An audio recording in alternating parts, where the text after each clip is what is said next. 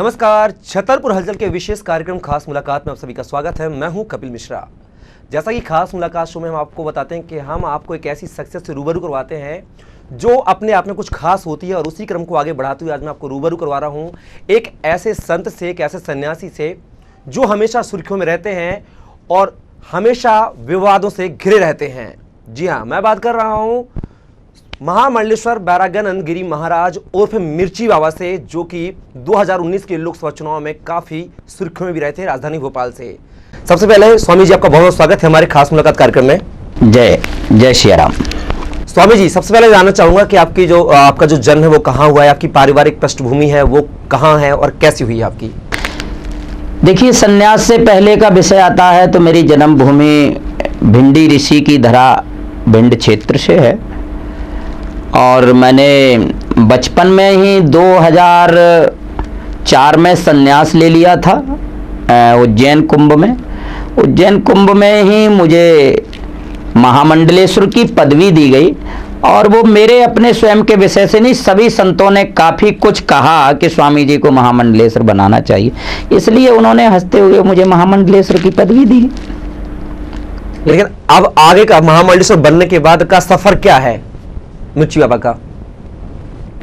2001 से मेरी लड़ाई हमेशा एक ही चीज की रही है कि भारतवर्ष में अगर दुर्गति किसी की है तो वो गौ माता की है।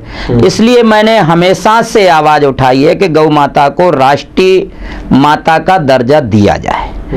आज मुझे थोड़ी सी खुशी इस बात की भी हो रही है कि इलाहाबाद कोर्ट का एक निर्णय विचार से हुआ है कि गौ माता को राष्ट्रीय माता घोषित करना चाहिए।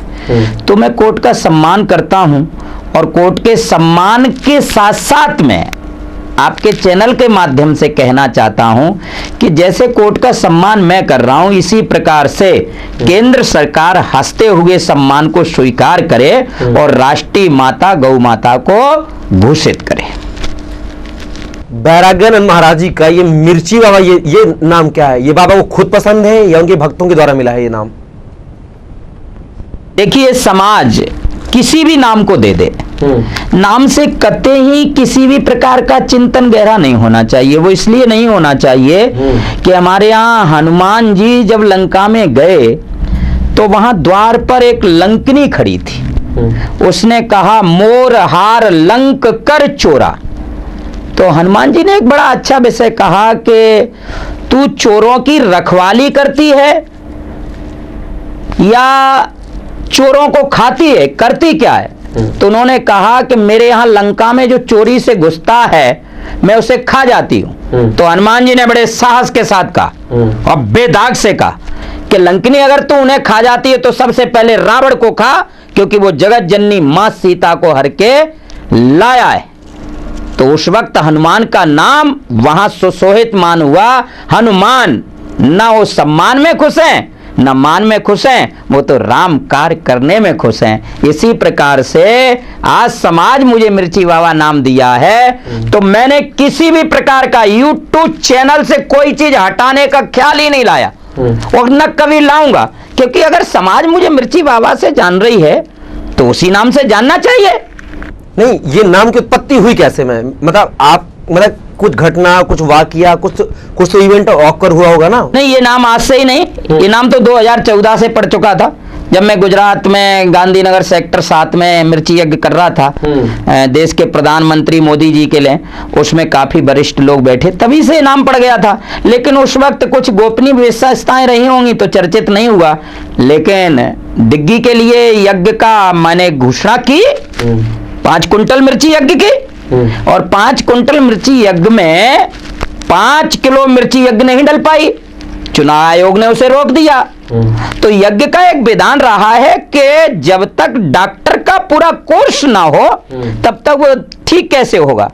तो मैं वहां से स्वाभाविक करके भाजपा की पॉलिसी मान लो बदनामी करने की, तो उन्होंने ये नाम एक चर्चित किया, मिर्ची बाबा मिर्ची बाबा। लेकिन दुख है, यहां दुख इस बात का है कि पूरे भारतवर्ष में तो खुशी है, लेकिन भाजपा को दुख है कि जब मैं बोलता हूं तो भाजपाई लोगों को पटना की लाल मिर्च लग जाती है।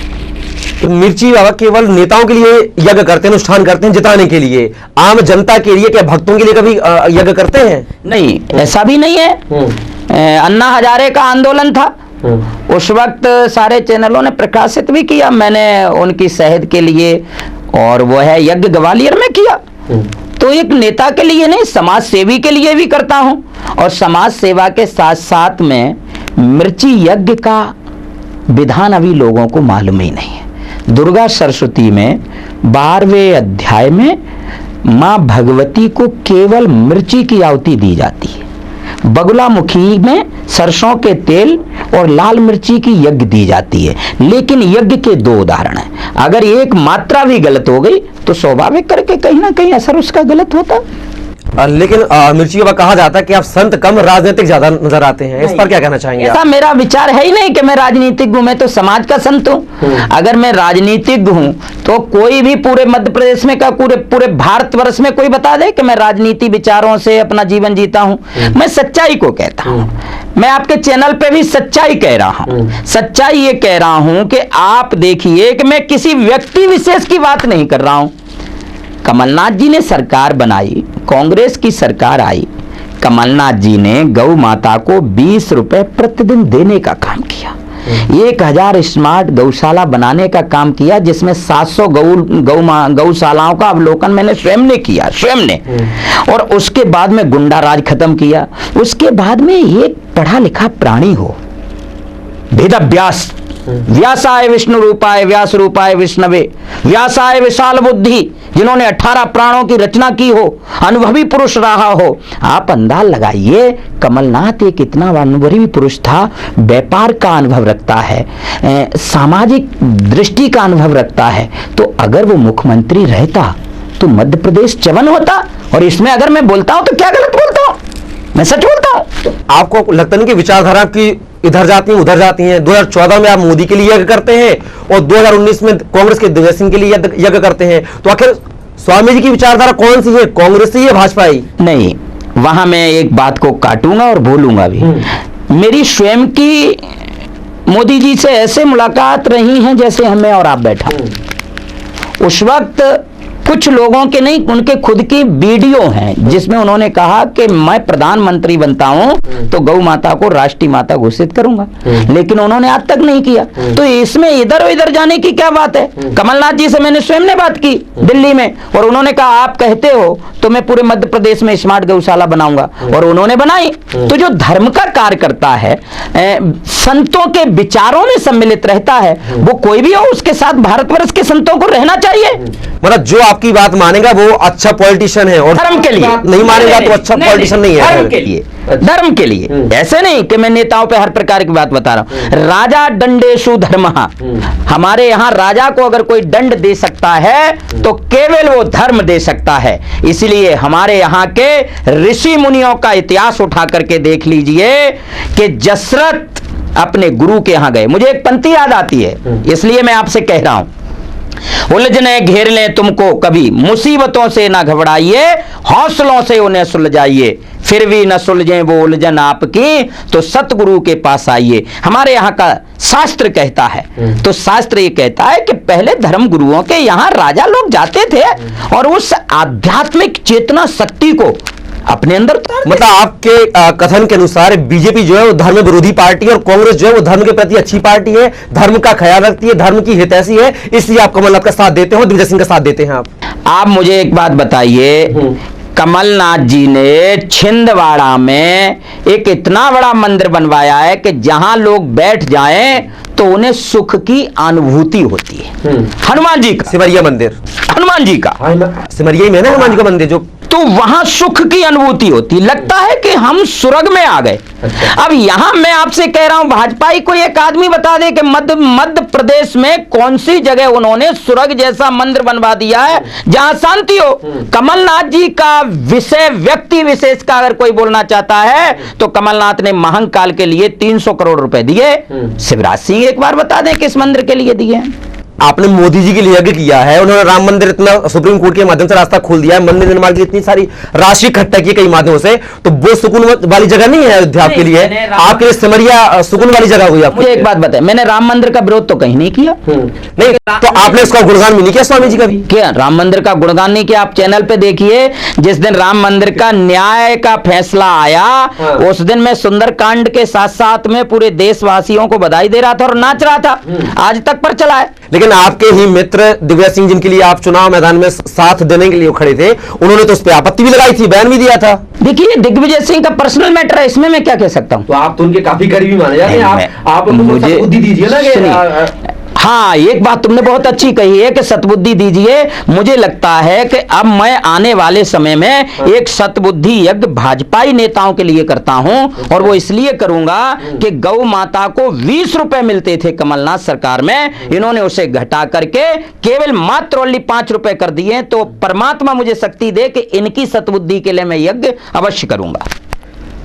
2019 के चुनाव में ये मन में ख्याल कैसे आया, या दिग्विजय सिंह ने खुद कहा कि आप हमारे लिए यज्ञ करिए? क्योंकि कांग्रेस में उस समय जो चलन चला था भोपाल में, कमलनाथ जी के विधानसभा चुनाव में हठयोग हुआ था, आपको पता है वो।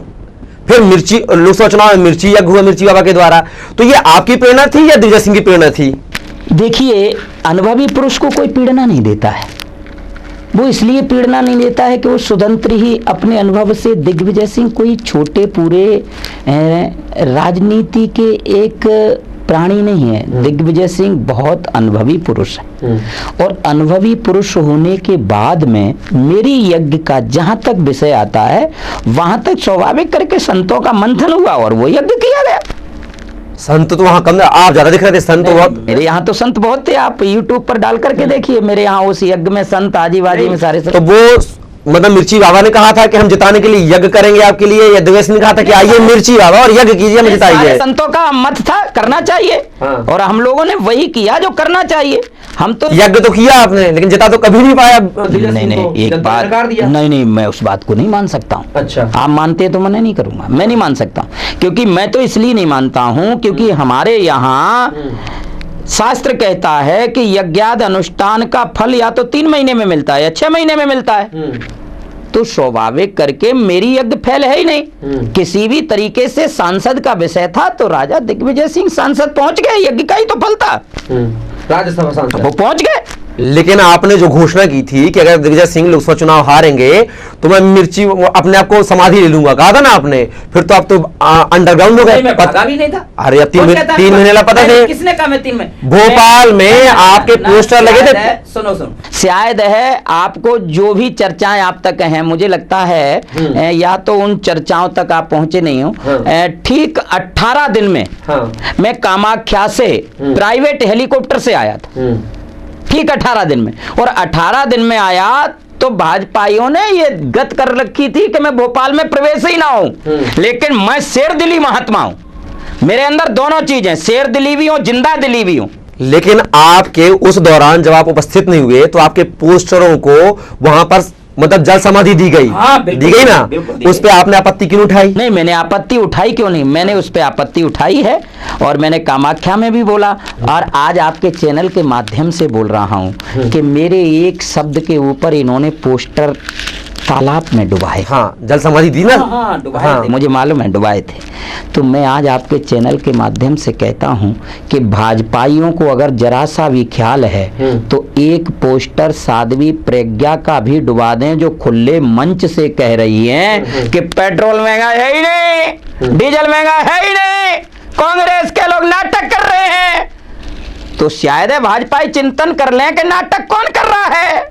लेकिन स्वामी जी, संत आप भी हैं, वो भी एक संत है, तो क्या वो अच्छा लगता है एक संत दूसरे संत के खिलाफ ऐसी टिप्पणी करे? नहीं, मैं टिप्पणी थोड़ी नहीं कर रहा हूं। हाँ। मैं तो शब्द का जवाब शब्द से दे एक संत को दूसरे संत के सम्मान की बात करनी चाहिए। सम्मान की तो मैं तो आपसे वो कह रहा हूं, जब आप मेरे शब्द को क्या कह रहे हैं, झूठ है। हाँ। तो मैं झूठ का तोड़ कह रहा हूं, झूठ क्या है।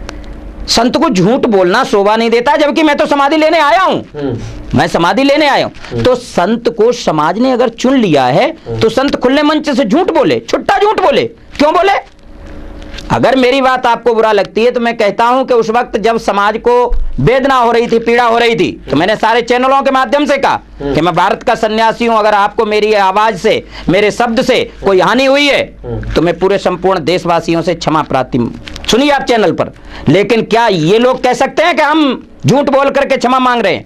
ये संतत्व है, ये साधुत्व है, ये देवत्व है। मेरी अंदर की भावनाएं देवत्व में रहती हैं। मैं किसी व्यक्ति विशेष का नहीं हूं। मेरे यहां अभी कुछ दिन पहले कमलनाथ जी 1 लाख फूलों से शिव जी का रुद्र अभिषेक कर रहे थे। उस वक्त सारे भाजपाइयों को आग लग गई, मिर्ची लग गई, इतनी मिर्ची लगी कि तिलमिला उठे। और उसमें एक इनके मंत्री तो ऐसे चिलमिला उठे कि जैसे इनकी जायदाद छीन ली हो हम लोगों ने। हमने क्या इनकी जायदाद छीन ली? हम तो कहते हैं जिनको मिर्ची लग रही है, मोस्ट वेलकम, स्वागत है, पधारिए। अभी बक्सवा के जंगल कटने के ऊपर मेरी श्रीमद् भागवत की कथा होने जा रही है। मैं इस माध्यम से और इस चैनल के माध्यम से कहता हूं कि भाजपा ही नहीं, संपूर्ण भारतवर्ष का प्रत्येक प्राणी आइए। अगर बक्सवा का जंगल कट गया, 6.5 लाख पौधा कट गए, तो ध्यान रखना मध्य प्रदेश की सरकार ने 6 लाख शिशुओं की हत्या करने का काम किया है। स्वामी जी, आप बोल रहे हैं कि वृक्ष कटेंगे तो आप भागवत कथा करेंगे वहां पर। क्या भागवत कथा करने से वृक्ष बच जाएंगे? क्या कोई स्टंट अपनाएंगे आप वहां पर? बिल्कुल बनाएंगे, क्यों नहीं बनाएंगे? क्या स्टंट होगा? स्टंट ये बनाएंगे कि हम हमेशा से एक चीज की लड़ाई लड़ते रहे हैं। हमारे साथ में भारतवर्ष में 20,000 साधु हैं। अगर हमारी बात नहीं मानी जाएगी तो 20,000 साधु भी वहां बहुत बड़ा आंदोलन करेंगे। लेकिन स्वामी जी, बक्सवा के स्थानीय नागरिकों का कहना है कि बाहर के लोग आकर यहाँ पर मध्यस्थता न करें, रोजी रोटी हमें करनी है, तो बाहर वाले दूर रहे हमारे मैटर से। नहीं, मैं इस बात को इसलिए नहीं मान सकता हूं। आज मैं बक्सवा में घूम करके आया हूं, वहां लगभग 75% लोग ये कह रहे हैं कि हमारे यहाँ का जंगल जो काटा जा रहा है, उस जंगल के लिए हमें गुमराह किया जा रहा है।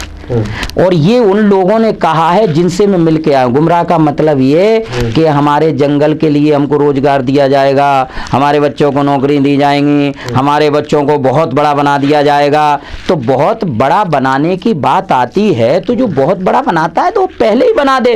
और फिर वहां के लोगों को अगर गुमराह नहीं किया जा रहा है तो बक्सवा में हर कार्य होना चाहिए। बक्सवा से 150 किलोमीटर दूरी पर जाना चाहिए।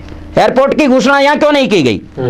यहां सारी चीजों की घोषणा क्यों की गई? यहां से दूर जाकर के क्यों गई है? इसी बात को अगर मिर्ची बाबा बोले तो इनके आग लगती है, इनको जलन होती है। और इनको कितना भी जलन हो, मैं सच्चाई की आवाज हमेशा उठाता रहा हूं और उठाता रहूंगा। पूरे मध्य प्रदेश में सारे साधु समाज ने आवाज उठाई है और वो उठाता रहेगा। स्वामी जी, आपको लगता है कि कोई भी विकास कार्य होते हैं तो निश्चित तौर पर कुछ काट छांट, मतलब कंपनी स्थापित की जाती है या इंडस्ट्री स्थापित होती है तो थोड़ा सा हमें प्रकृति का दोहन करना पड़ता है। तो आपको लगता है कि थोड़ा सा प्रकृति का दोहन किया जा रहा है, उसके बाद फिर उसका मतलब जितने पौधे काट रहे हैं, सरकार बोल रही है कि उतने पौधे हम दूसरा रोपित भी कर रहे हैं, लगा भी रहे हैं, मतलब जो काटे वो लग भी रहे हैं और स्थानीय लोगों को रोजगार मिल जाए, तो आप इसके पक्षधर नहीं है क्या? देखिए, मैं आपकी बात से कतई सहमत नहीं हूं। मैं आपकी बात से इसलिए सहमत नहीं, मेरी बात नहीं है, ये तो प्रदेश सरकार की है। हाँ, प्रदेश की सरकार से भी सहमत नहीं हूं। इसलिए नहीं हूं कि इसका जीता जागता उदाहरण है 6.5 करोड़ पौधा नर्मदा में लगाने के लिए शिवराज ने पूरे मध्य प्रदेश में ढिढोरा फूटा। मैं आज किसी से पूछना चाहता हूं, 6.5 करोड़ पौधा पूरे मध्य प्रदेश में नहीं है तो वो लगे कहां? तो तुमने पौधाओं के ऊपर पहले से ही भ्रष्टाचार किया है, तो यहां भी बक्सवा की जनता के साथ तो भ्रष्टाचार करने मत आओ। 6.5 लाख पौधा कट जाना यानी कि शिशु की हत्या होना, तो ये पेड़ पौधा लगाने का नाटक क्यों कर रहे हो? इसे बंद करो और फिर खूब पेड़ काटो। तो क्या मिर्ची बाबा बक्सवा के जंगलों पे लगातार बैठेंगे 2-4 महीने अगर पेड़ कटने की नौबत आती है? तो ये तो स्वाभाविक करके अगर मुझे नहीं बैठना होता तो हम लोग यहाँ श्रीमद् भागवत की कथा करने क्यों आते? उस कथा में भारतवर्ष के कई आचार्य, कई संत और कम से कम 250-300 NGO सम्मिलित हैं।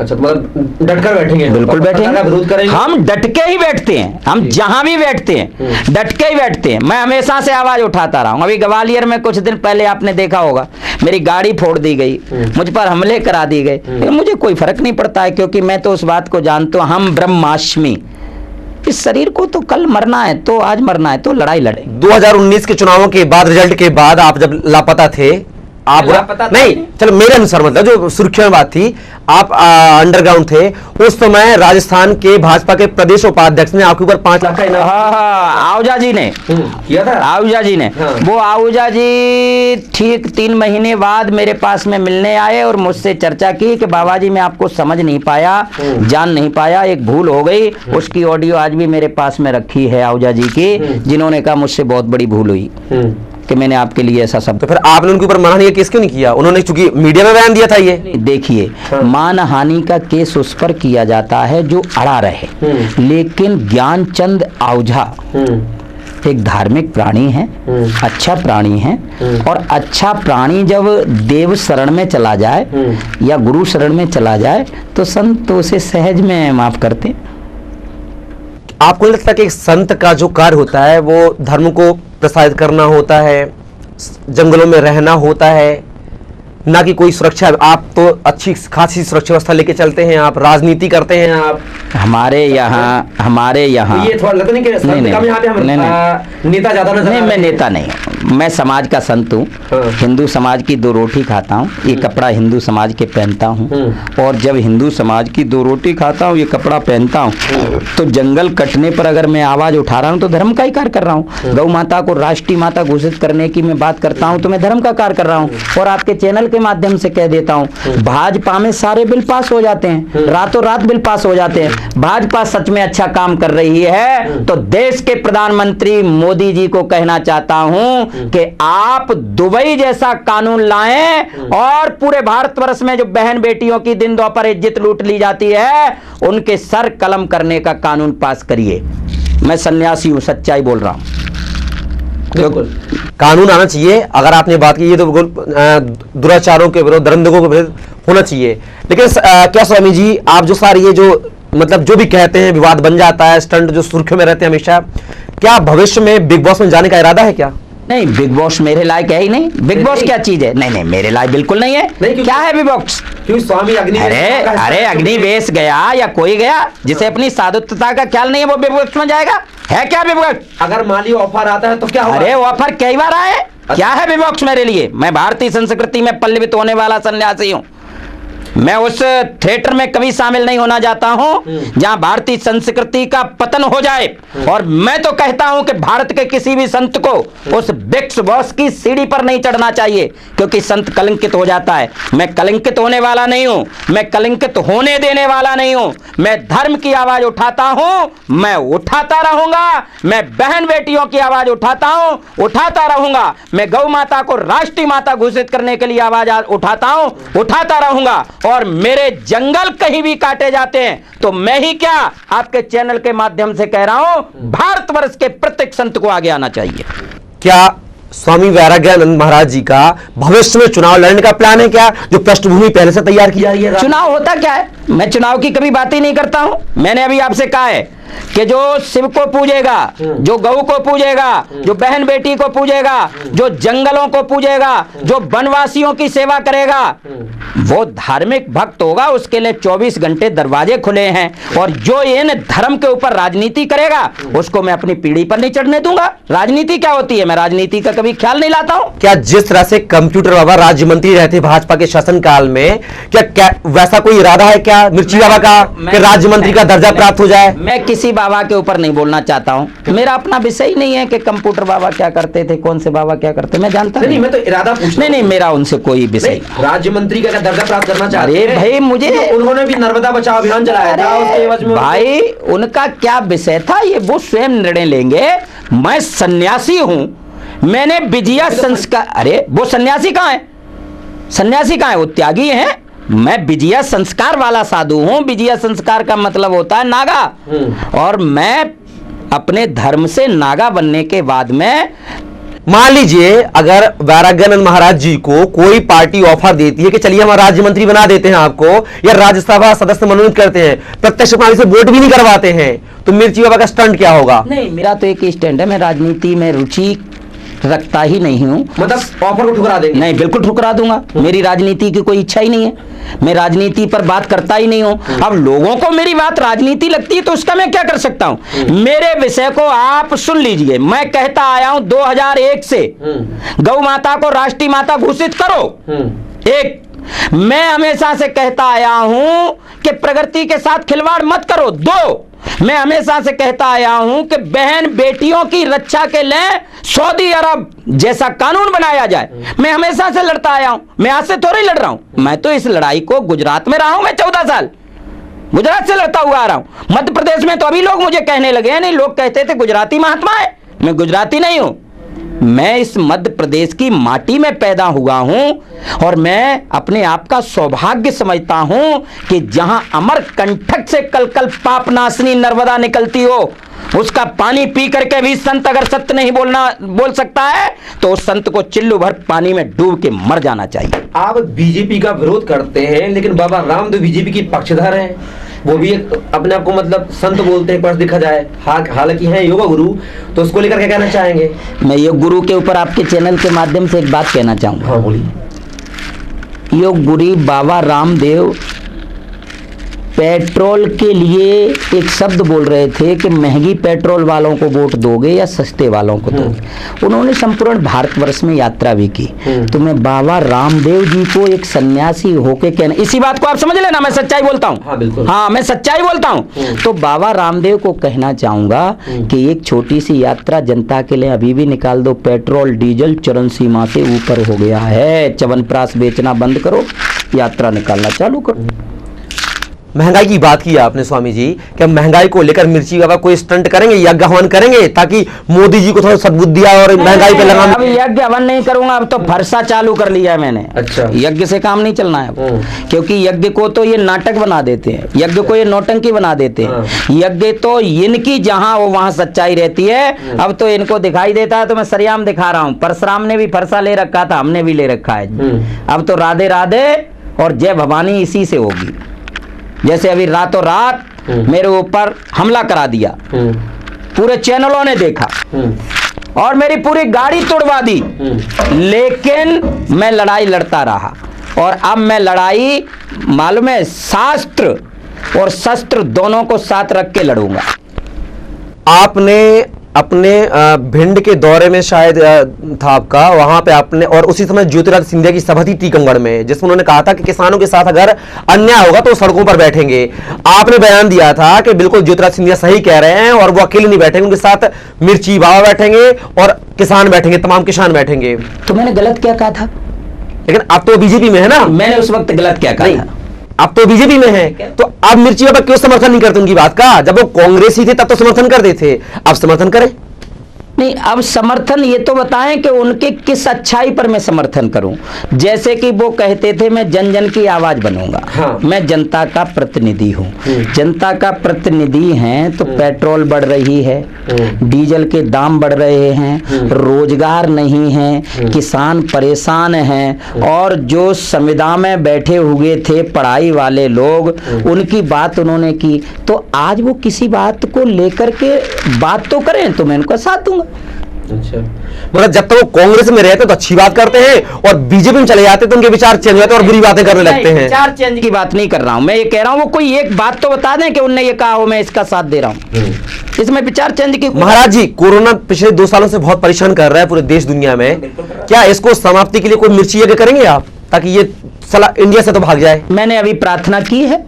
यज्ञ नहीं करेंगे? नहीं, यज्ञ थी, कितनी बड़ी यज्ञ थी। अच्छा, इतनी बड़ी यज्ञ तो आपने देखी नहीं होगी। मैंने 1 लाख फूलों से 1 लाख फूलों से बड़े श्रद्धा से बड़े आनंद से भगवान भूत भावन भूतेश्वर सदा शिव का मनोकामना रुद्र अभिषेक किया, जिसमें प्रार्थना की कि हमारे संपूर्ण भारतवर्ष से कोरोना जैसी महामारी पर भारत विजयश्री प्राप्त करे। क्यों नहीं किया? मैंने अभी किया। तो कोरोना कब तक चला जाएगा? इसके लिए मैं क्या कह सकता हूं? मैं तो ये कह सकता हूं ये तो प्रगति है।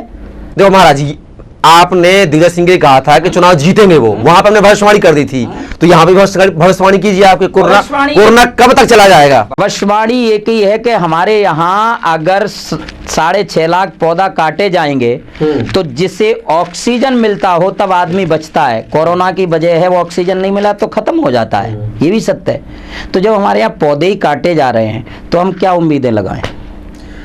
हम अपने शो के अंतिम पड़ाव में पहुंच चुके हैं। अंतिम प्रश्न मेरा, 2022 में उत्तर प्रदेश में चुनाव है और राज्यों में भी है, लेकिन उत्तर प्रदेश खासा सुर्खियों में, क्योंकि वहां पर योगी आदित्यनाथ एक सन्यासी और बैठे हैं, आप भी सन्यासी हैं, तो क्या एक सन्यासी दूसरे सन्यासी का साथ देती हो, क्या वहां भी मिर्ची यज्ञ करेंगे आप? नहीं, मैं मिर्ची यज्ञ जिताने के लिए नहीं, मैं मिर्ची यज्ञ तो नहीं करूंगा, लेकिन उत्तर प्रदेश में कुछ नीति है उनके ऊपर बोलने का कार्य जरूर करूंगा। तो नीति मतलब क्या, वो भाजपा के पक्ष में नीति होगी या कांग्रेस के पक्ष में? मैं तो उसको बोलूंगा, पक्ष में हो या विपक्ष में हो, मैं ये जानता ही नहीं हूँ। मैं तो जो चीजें हैं उनके लिए हमेशा बोला। मैं अभी उत्तर प्रदेश में अगले महीने में 3 दिन के प्रवास पे भी हूँ। एक दिन इलाहाबाद हूँ, एक दिन लखनऊ हूँ, एक दिन गाजियाबाद हूँ। मतलब वहां पे भी चुनाव में आप दस्तक देंगे, अपनी उपस्थिति बनाए रखेंगे वहां पर। मोदी जी ने धारा 370 हटा दी है कश्मीर से, अच्छा कदम किया है बुरा कदम किया है? नहीं, मैं देश के प्रधानमंत्री का स्वागत करता हूँ, सम्मान करता हूँ कि मेरे यहाँ प्रधानमंत्री ने 370 धारा हटा करके बहुत बड़ा उत्तम और सुंदर निर्णय लिया। इसका मैं सदैव सम्मान करता था। क्या ये वकालत करेंगे आप, जो कश्मीरी पंडितों को वहां से निकाला गया था, मार भगाया गया था, ये जो डर के मारे उन्होंने छोड़ा था दिल्ली में, आज वो शरण लिए हुए हैं, क्या उनको दोबारा वहां पे स्थापित किया जाए कश्मीर में? क्या इसकी पहल करेंगे आप एक सन्यासी होने के नाते? देखिए, कश्मीर में 370 धारा हट गई, वहाँ हम लोग जमीन भी कर सकते हैं। हाँ बिल्कुल, सारे एक देश हो गया। स्वाभाविक तरीके अगर वहाँ मेरे देश का प्रत्येक प्राणी बसता है तो उसको सीधे बसाने का काम केंद्र सरकार को कर देना चाहिए, उसमें विलंब नहीं करें, जो विलंब हुआ। लेकिन कभी कांग्रेसियों को ये सद्बुद्धि दी है कि आपने जो किया था वहां पे उस समय, जो कश्मीरी पंडितों को निकाला गया था, जिस तरह से? कांग्रेसी के दबाव में काम थोड़े करता हूँ। नहीं, आपको तो नहीं, अरे मैं आपके चैनल से कह रहा हूँ, हाँ। मैं कांग्रेसी के दबाव में काम थोड़े करता हूँ। अच्छा। मैं भारत का सन्यासी हूँ, मैं सत्य की लड़ाई लड़ता था और हमेशा लड़ता रहूंगा। ये मेरा पर्सनल विषय है। अच्छा। कि अगर ब्राह्मण के साथ में कहीं भी कुटाराघात हुआ है तो एक सन्यासी को आवाज इसलिए उठाना चाहिए कि तह मंत्रः देवादीनः वह मंत्रः विप्रादीनः। तो हमारे यहाँ मंत्रों को ब्राह्मण के अधीन है, तो हमें उस बात पर बोलना चाहिए। और मैं तो कहता हूं इस चैनल के माध्यम से कि कांग्रेसियों को भी धर्म के पक्ष की बातें करना चाहिए, अधर्म की बातें कतई नहीं करना चाहिए। बोलिए और बताइए। चलिए, अब मैं एक अंतिम सवाल पूछ ही लेता हूं। आरक्षण को लेकर क्या कहना चाहेंगे? आरक्षण एक कुरीति है या अच्छा कार्य है? जगह जगह से प्रदर्शन, कभी सपाक्स प्रदर्शन करता है, कभी सवर्ण प्रदर्शन करते हैं, कभी SC ST वाले प्रदर्शन करते हैं, वो हक की लड़ाई मांगते हैं, यहां बोलते आरक्षण हटाओ, सवर्ण मांगते हैं। एक सन्यासी होने के नाते मिर्ची बाबा का क्या स्टैंड है इसको लेकर? मेरा एक ही स्टैंड है, मेरा एक ही वक्तव्य है, मेरी एक ही सोच है, गरीबी के आधार पर आरक्षण मिलना चाहिए। गरीबी के आधार पर आरक्षण मिलना चाहिए, क्योंकि कोई भी बच्चा गरीब है तो उसके आधार पर आरक्षण मिलना चाहिए। शहीदों के बच्चों को आरक्षण मिलना चाहिए। मैं सन्यासी हूं और मैं सन्यासी की तरह बोलता हूं, आरक्षण गरीबी के आधार पर होना चाहिए। नहीं, आपने तो बोला गरीबी के आधार पर होना चाहिए, लेकिन ये बोलिए ना कि जातिगत आधार पर नहीं होना चाहिए, ये भी तो बोलिए आप। नहीं, मेरी बात आप समझ ही नहीं रहे। नहीं, आपने व्यक्ति विशेष की जाति पर आप क्यों जा रहे हैं? व्यक्ति विशेष की जाति नहीं, देखिए थोड़ा सा विस्तार में आते हैं। आरक्षण विशेष का विषय ही नहीं है मेरे लिए, तो संपूर्ण जाति सर्वमान्य रही। स्वामी जी मेरी बात मानिए, आरक्षण जो दिया जा रहा है वो जातिगत आंकड़ों के आधार पर ही दिया जा रहा है। अब आपने कहा कि गरीब जो है उसको आरक्षण दिया जाना चाहिए, देना चाहिए। तो गरीब तो ब्राह्मण का भी हो सकता है, ठाकुर भी हो सकता है, क्षत्रिय हो सकता है और SC ST भी हो सकता है। तो आप यहाँ पे बात करिए ना कि जाति के आधार पर नहीं, बल्कि आर्थिक स्थिति के आधार पर आरक्षण दिया। मैं तो वही बोल रहा हूँ। नहीं, आपने जातिगत शब्द लिए नहीं, आपने बोला गरीबी के आधार पर बोला। मैंने आपसे वही। चलिए मैं हाँ ना में जवाब पूछता हूँ, क्या जातिगत जो व्यवस्था है आरक्षण की, क्या उसको खत्म होना चाहिए या नहीं होना चाहिए? मेरा तो एक ही मानना है, आज की स्थिति में मैं ये जानता ही नहीं हूं कि किस विषय में होना चाहिए। एक विषय में होना चाहिए कि गरीबी के आधार पर आरक्षण हमारे यहाँ होना चाहिए, जिससे कि हर प्राणी अपने स्तर पर खड़ा हो। लेकिन खुल के नहीं बोलेंगे हम, नहीं बोलेंगे लेकिन खुल के नहीं बोलेंगे। मैं खुल के ही बोल रहा हूँ। नहीं तो मैं आपसे हाँ ना में जवाब ले रहा हूँ, क्या जातिगत व्यवस्था का आरक्षण उचित है या नहीं है? हम व्यक्ति विशेष की बात पर आते हैं। हाँ। तो आप व्यक्ति विशेष की बात, क्या आरक्षण हटाने के लिए स्वामी जी रोडों पर उतरेंगे, हवन यज्ञ करेंगे, मिर्ची यज्ञ करेंगे? समय आएगा तो करना पड़ेगा। करेंगे। चलिए स्वामी जी, आपने हमारे खास मुलाकात शो के लिए अपना कीमती समय दिया, उसके लिए आपका बहुत बहुत शुक्रिया। जय हिंद, जय भारत। तो ये थे हमारे साथ विवादित संत जो कि हमेशा सुर्खियों में रहते हैं, मीडिया की हेडलाइंस बने रहते हैं, स्वामी वैराग्यानंद महाराज उर्फ मिर्ची बाबा, जिन्होंने बेबाकी से अपनी राय रखी, साथ ही बीजेपी को सद्बुद्धि के लिए भी यहां पर बात कही है, लेकिन आरक्षण को लेकर अपने पत्ते नहीं खोले। हालांकि ये जरूर कहा है कि आरक्षण गरीबी के आधार पर होना चाहिए, ना कि जाति के आधार पर। हालांकि जाति का शब्द नहीं खोला है। फिलहाल मुझे दीजिए इजाजत, अगले सेगमेंट में फिर किसी ऐसी सक्सेस से आपको रूबरू कराएंगे। तब तक के लिए नमस्कार।